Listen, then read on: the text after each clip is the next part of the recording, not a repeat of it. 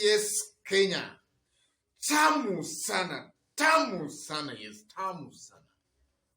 Yesterday, Uhuru Kenyatta, while in a tour of Ukambani Makueni, he gave out a speech that has really elicited a lot of reaction and counter-reactions. I want you to listen to this speech, for it's going to form the basis of our analysis in this video right now.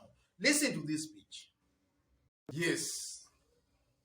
From that speech, you can see clearly Uhuru Kenyatta is talking about infrastructure. And that speech, ladies and gentlemen, has been interpreted by so many people to mean that Uhuru Kenyatta was actually attacking William Ruto. So in this video, I want us to analyze and see exactly what Uhuru Muigai Kenyatta meant by that speech. Number one, that speech by Uhuru Kenyatta shows that he no longer have trust in his deputy. He lacks total trust in William Ruto's narrative of bottom-up economy. Because also, if you look at William Ruto's bottom-up economy, he has not come out to really explain to Kenyans what he means by bottom-up economy. He's just going to public rallies and ranting about bottom-up, mama mboga, all those sorts of things. And most likely is getting away with it because the Kenyans he's talking to might not really understand or even know what bottom-up economy is. He's really not explaining that to Kenyans. So Uhuru's speech just affirms that he lacks trust in William Ruto's economic model. That's the first thing that comes out very, very clearly. And now it's upon William Ruto now to come out in the open and explain to Kenyans what he means by bottom-up economy. Because now somebody can ask, what has Ruto done for the 9 good years he has been in government? What has he done to prove or show that he means this bottom-up economy is talking about? What has he done? Because now we still remember immediately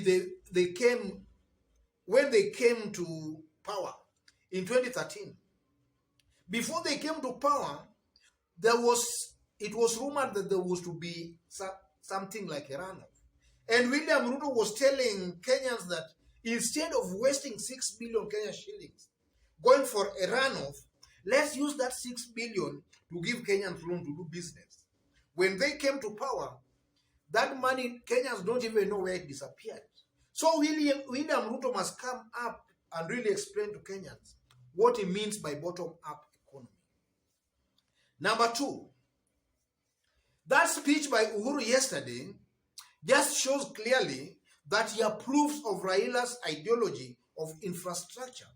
Because Raila, if you look at Raila keenly, he has been talking, number one, infrastructure. Number two, infrastructure. Number three, infrastructure. Infrastructure is just laying the foundation of good roads, good health care, security, all those kind of things. So I strongly believe that for a nation to really progress, then we must first have good roads. We must have proper sanitation, proper sewage system.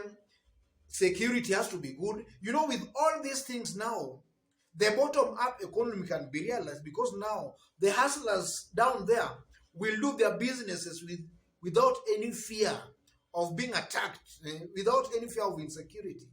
When healthcare is good, then the masses will be healthy. And those are the things that can really bring the bottom-up economy William Ruto is talking about. And then that speech, again, ladies and gentlemen, exposes a Kenyan leader. At a time, a Kenyan leader is seeking for votes, and at a time, a Kenyan leader is sober. That was a very, very sober speech by the president. So it also shows that our Kenyan politicians, sometimes they cheat the masses. When they are going to seek for votes, or rather, when they are going for their campaigns, they really use a lot of nice words and nice terms. But upon being elected now, they come to the reality that actually they were just campaigning, but it's not really implementable.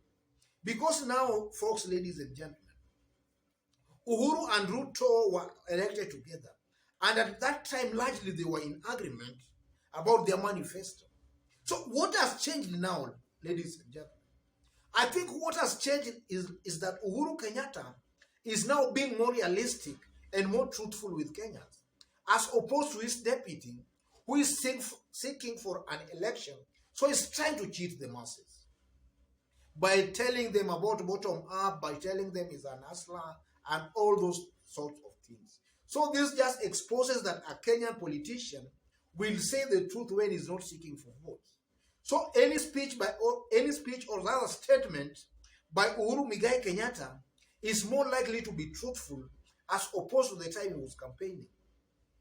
And then finally, that speech by Uhuru Kenyatta just exposes Ruto as somebody who is trying to incite Kenyans against one another. Because at first he was talking about the hustlers versus dynasty. And now he's talking about the bottom-up economy. Consider the fact that Kenya, this is a developing country. This is a third world country.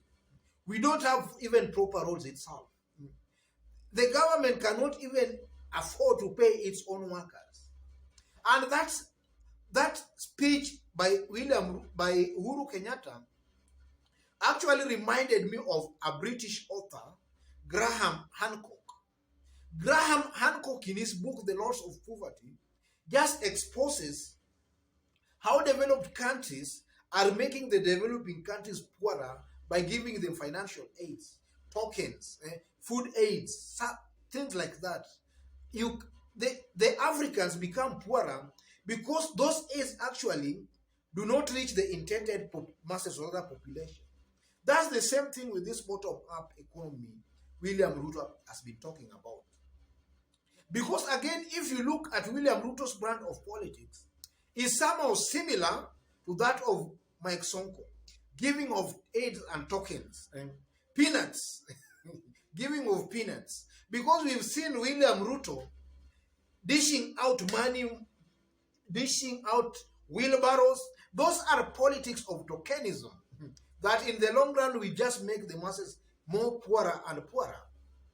Otherwise, folks, ladies and gentlemen, let me leave it there for today. If you've just bumped on this YouTube channel, tap on the subscription button, give this video a like. But also, most importantly, if you are watching us for the very first time and you are outside of Kenya for the very first time, drop a comment and let us know from which part of the globe you are watching us from. Otherwise, God bless you. Thank you.